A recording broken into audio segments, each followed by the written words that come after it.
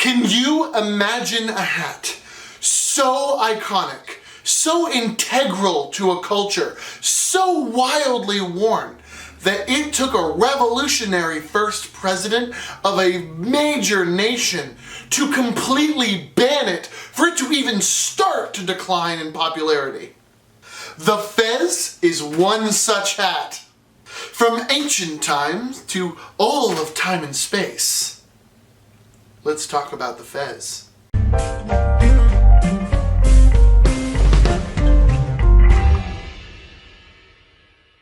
Hi guys, and welcome back to World Hatstory 101.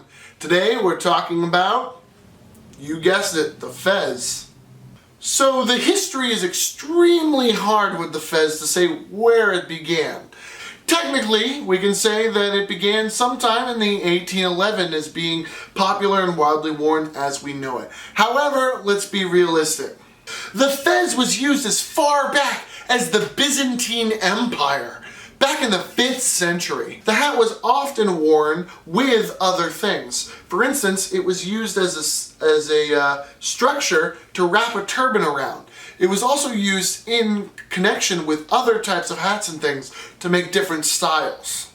It wasn't until about 1811 when it started being worn just by itself, maybe with a tassel, and that started to take popularity in around the Turkey-Persian Empire area.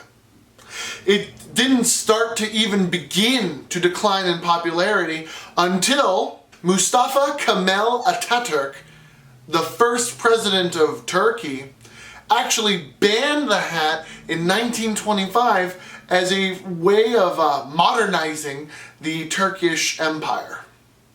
The fez is a small cylindrical hat, most popularly in red, however it varies in colors depending on use. And it's often with a small tassel coming out of the top.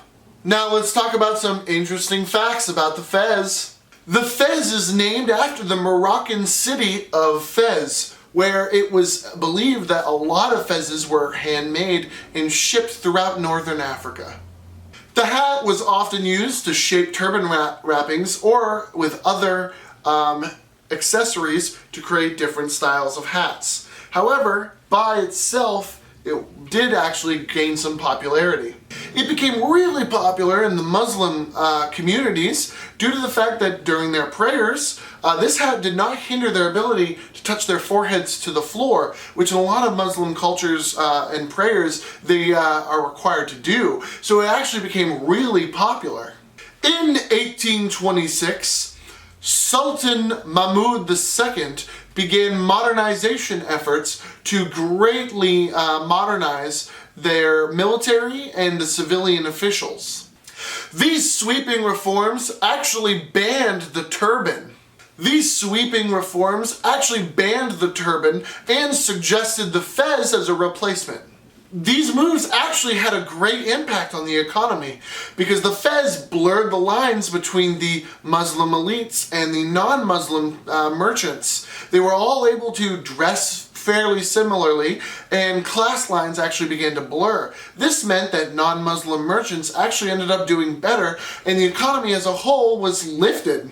It also allowed many domestic traders to appeal more to tourists and European tourists due to the hat looking a little bit more modern, and it's believed to ease them a little bit.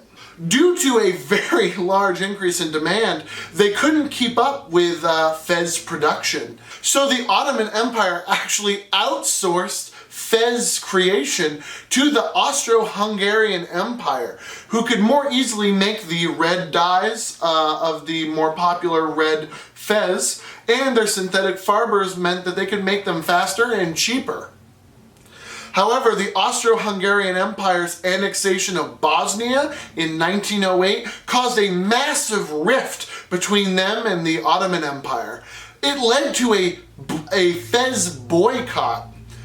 This boycott massively damaged the relationship between the two empires and meant that the fez kind of came out of fashion and allowed other hat fashions to kind of have a chance in the Ottoman Empire. The fez has become so iconic to Oriental and Middle Eastern culture that you can find the fez anywhere in Northern Africa, the Mediterranean, the Middle East, and some Asian countries. In the United States, the fez was taken as an exotic evening cap and even became a socially acceptable indoor cap late at night. This gave way to the design of the smoking cap, and most smoking cap designs mimic the fez heavily. It also became a very popular hat amongst secret societies and fraternity organizations. Most popularly, the Shriners, who very famously wear the fez on all their public events and their charity organizations. The hat was adopted by the Shriners in 1872. If the fez is making a return, you could blame your subcultures and fandoms. The fez has been popping up all around TV and internet shows.